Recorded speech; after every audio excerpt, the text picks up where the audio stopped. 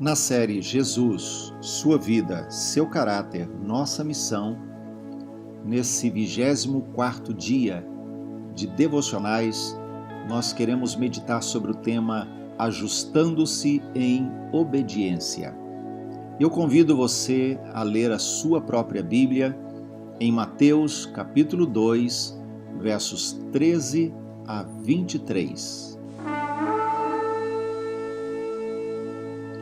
A mão poderosa de Deus se moveu, cuidando para que todo o seu propósito se cumprisse integralmente. Mas sabemos que Deus preparou o seu plano redentor desde a eternidade passada. Por isso, quando nós vemos os acontecimentos do nascimento de Jesus, o seu crescimento, o seu desenvolvimento e a maneira como as coisas se processaram, nós sabemos que era a boa e poderosa mão de Deus se movendo para que a história da humanidade fosse conduzida na direção do seu propósito. José, cujo coração era inclinado para o Senhor, ele obedeceu imediatamente a ordem do Senhor e fugiu com a família para o Egito, que era uma nação vizinha e onde Herodes não tinha influência política. José precisou de muita sensibilidade espiritual para ouvir o que Deus falava e para obedecer prontamente, permanecendo naquele país durante o tempo necessário. Por isso, a mão de Deus foi com ele, foi com Maria, foi com a criança Jesus nascido. Quando vemos no texto inicial de Mateus 2, tudo que estava acontecendo naquele contexto ali contribuía para que o plano de Deus falhasse.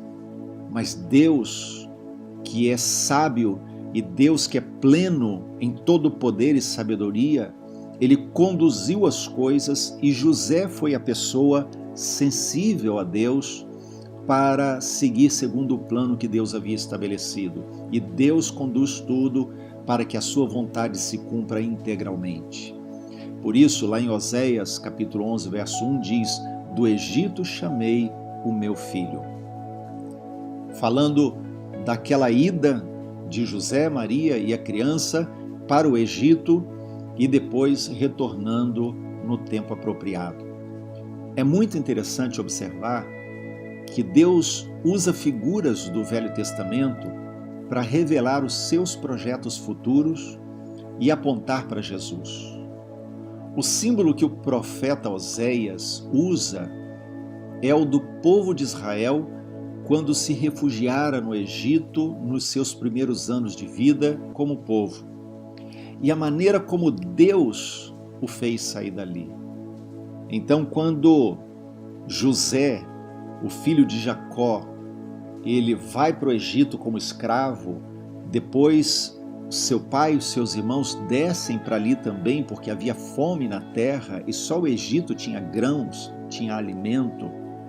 Então, quando eles vão para lá, permanecem ali, toda aquela geração morre, novas gerações vêm e se sucedem por cerca de 400 anos, até que Deus, com mão poderosa, tira o seu filho Israel, Jacó, do Egito.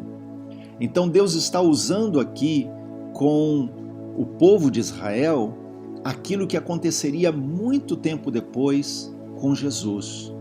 E o profeta então deixa isso registrado: do Egito chamei o meu filho. Nesse retorno, José e Maria vão para Nazaré, cidade da Galileia. E é ali que Jesus permanece até completar 30 anos, quando ele inicia então o seu ministério terreno. Lucas 2,52 nos informa que Jesus crescia em sabedoria, em estatura e graça diante de Deus e dos homens. O crescimento e o desenvolvimento de Jesus não era um ato milagroso, era comum. Já vimos que Jesus foi educado numa família comum, recebeu toda a orientação de pais comuns e, portanto, o seu crescimento no meio daquela família e na comunidade onde eles moravam era um crescimento comum.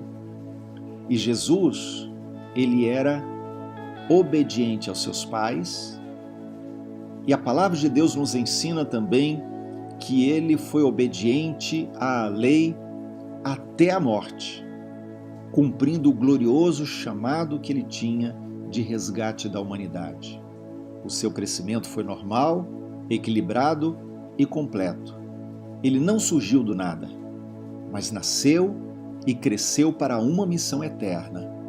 Você. Você era o alvo da encarnação de Jesus.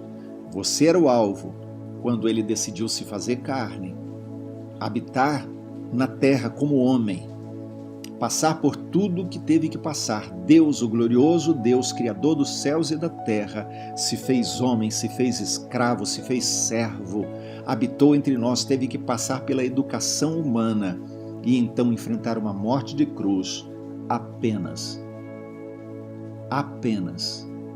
por você.